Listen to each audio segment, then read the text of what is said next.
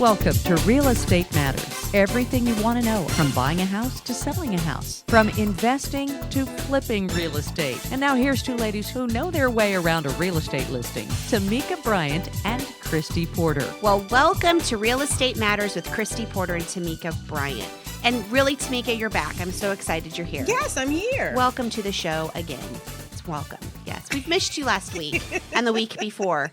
It was lonely without you. Oh, was it, Christy? Yeah. Did you imagine me on the beach with you? No, I didn't. That's what I'm saying. No. See, I imagined you here in my chair, looking across from you, and as much as I adore Chris where Perry. are my gifts? I know. Well, where are my gifts? I didn't go anywhere exotic.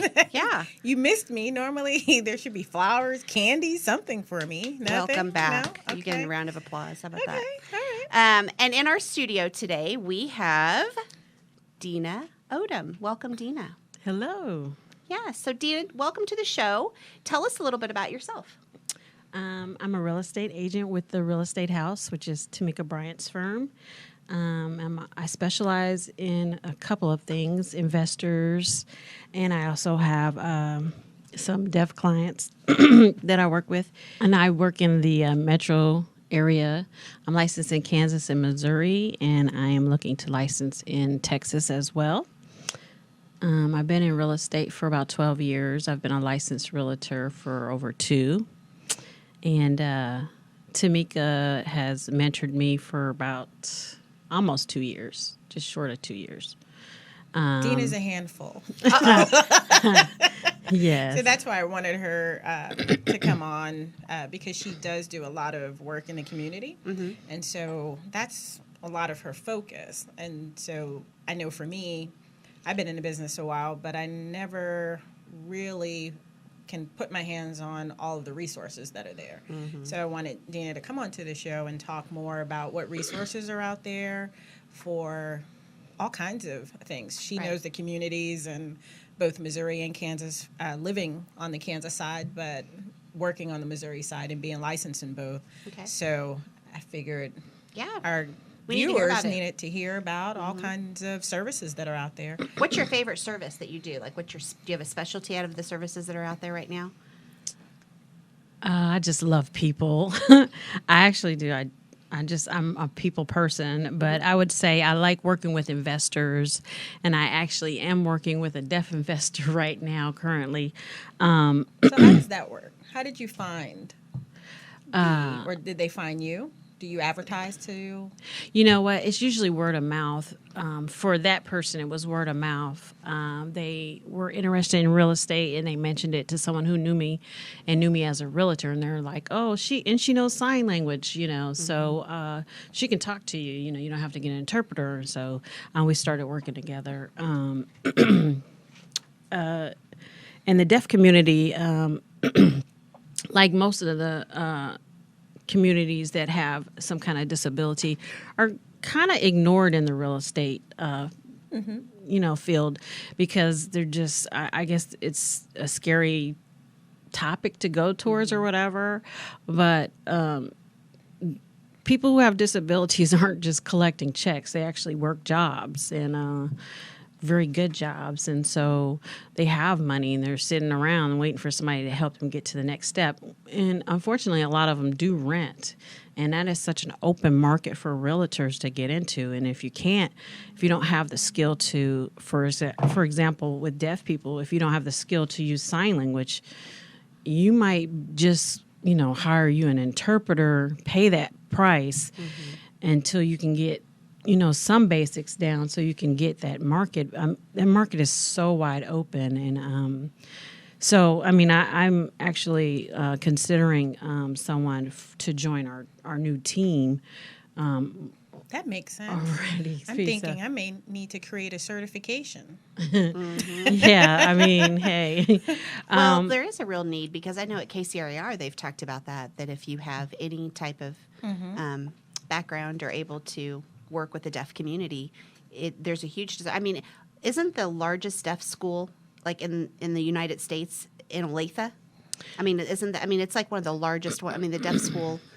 It's been around a long time. Yeah, it's been around a long time. Yeah. Because my daughter, she did.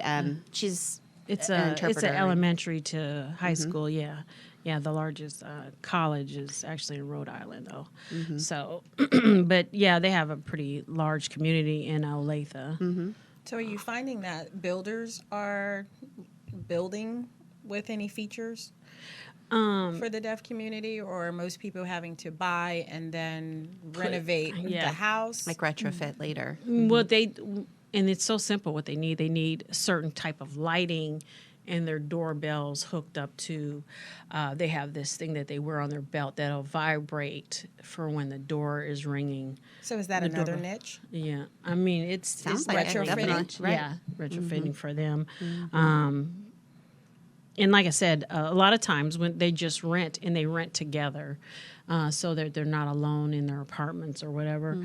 But again, people make an assumption about our community that is the disabled, but a lot of disabled people actually have real jobs and they can afford houses, and businesses, and it's just like they're ignored almost, unfortunately. But like I said, I've been working with a few now, and then I have one who's an investor who he wants to be a landlord forever. He said he's tired of working. He wants to collect rent. So I was like, I can help you with that.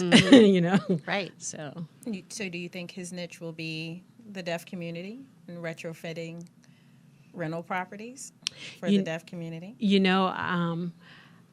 I don't think he cares who it is. He wants whoever can pay his rent. Whoever has green money. Right? Whoever has green money. If there's a need for it, Right. then there should be, some help in helping an investor. I mean, there's a maybe lot of, not him, but I'll find one. Right. Yeah. Yeah. I'm thinking there's a lot of everybody organizations that provide those devices for them because, landlords just don't do it. So what kind of organizations, again, going back to you being so resourceful on what's out there and what community programs are out there to help people? So there's VP. They can use it for... What's VP? What is it? Voice something. But anyway, you can put the app on your phone now.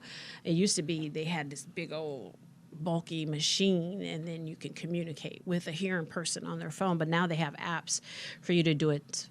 It means voice. I want to say We'll look it up. person or something. Anyway, but now with the app, you can actually see the deaf person can see an interpreter talking to them, and then they're voicing to the caller. So it's really cool. It helps them, function well. But they can get services and equipment from like Helen Keller, which is deaf blind, and from the Whole Person. Whole Person is for both Kansas and Missouri, as well as Helen Keller. There's a few things you can do, but you have to meet income requirements to go through the state to get things from the state. Which again, that's what I was saying. We make an assumption about the disabled, our disabled community. So a lot of them don't even qualify for state funds for certain things because they have these jobs that pay well, and there's companies out there that are looking to fulfill that criteria that they have for their companies.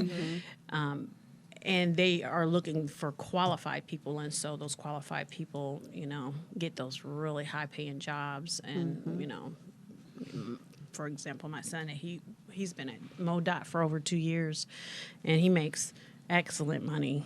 Good deal. Well, Dina, we're going to stop right there and take a break. And when we come back, I'd like to hear more about some of these other resources that you know about in the community, because I know you, like what Tamika's saying, you have a lot of knowledge in other areas as well. And we like to have our listeners and viewers learn more about what you know. Okay, Great. All right. You're listening to Real Estate Matters on Blog Talk Radio and TV25. We'll be right back.